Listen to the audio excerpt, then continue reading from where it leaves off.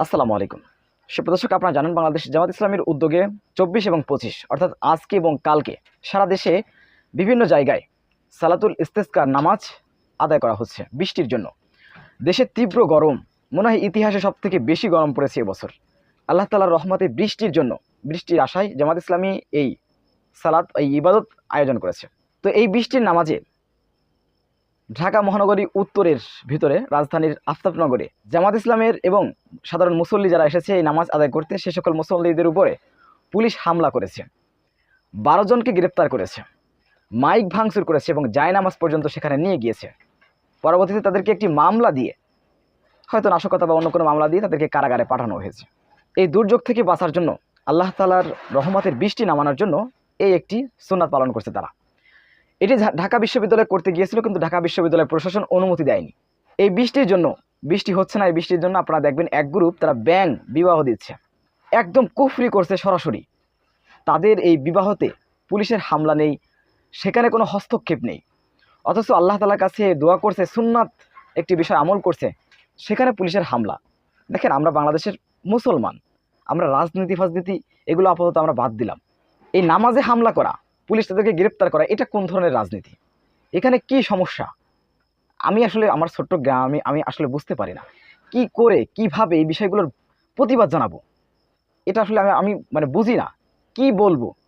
ঢাকা বিশ্ববিদ্যালয়ে ইফতার মাহফিল করতে যায়, তাদেরকে মুখ থেতলে দেয়, তাদেরকে হাসপাতালে পাঠায়, রোজাদার শিক্ষার্থীদেরকে। এমনকি তারাবির নামাজ পর্যন্ত ঢাকা বিশ্ববিদ্যালয়ে পড়তে দেওয়া হয়নি।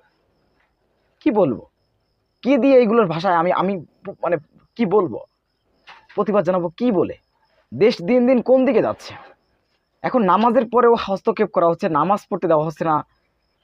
মানে আল্লাহ তাআলা যে গজব দিয়েছে আমাদের অপকর্মের কারণে, সেই গজব থেকে বাঁচার জন্য মানুষ আল্লাহ তাআলার কাছে দোয়া করছে, নিষ্পাপ হওয়ার চেষ্টা করছে, নিজেদের ক্ষমার জন্য, ভুলের জন্য আল্লাহ তাআলার কাছে কেঁদে কেঁদে মোনাজাত করছে।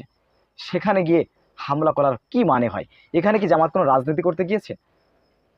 জনগণকে, মুসল্লিদেরকে, ইমানদার মানুষদেরকে জড়ো করে আল্লাহ তাআলার কাছে মোনাজাত করছে, এবং আমাদের উপরে যে আযাব নেমে এসেছে, এই যে তীক্ষ্ণ গরম, আপনারা দেখতে পেয়েছেন কিভাবে পিচের রাস্তা পর্যন্ত পানির মতন সে পিচ গুলে ভেসে যাচ্ছে, মানুষ হাঁটতে পারছে না। আমি দেখলাম একটি নিউজে একজন ব্যক্তির সে জুতার সোল্ট পর্যন্ত আটকে গিয়েছে। তো এই অবস্থা, এত তীব্র গরম তাপমাত্রা, এই গজব থেকে বাঁচার জন্য জামাত ইসলামী আয়োজন করেছে। তাদের উপরে হামলা করতে হবে কেন, আর তাদের গ্রেপ্তার করে কেন করতে হবে? আমি বুঝলাম না। কি দিয়ে প্রতিবাদ জানাবো, কি বলবো? আমি তো ৯৫% মুসলিম একটি দেশে বাস করি।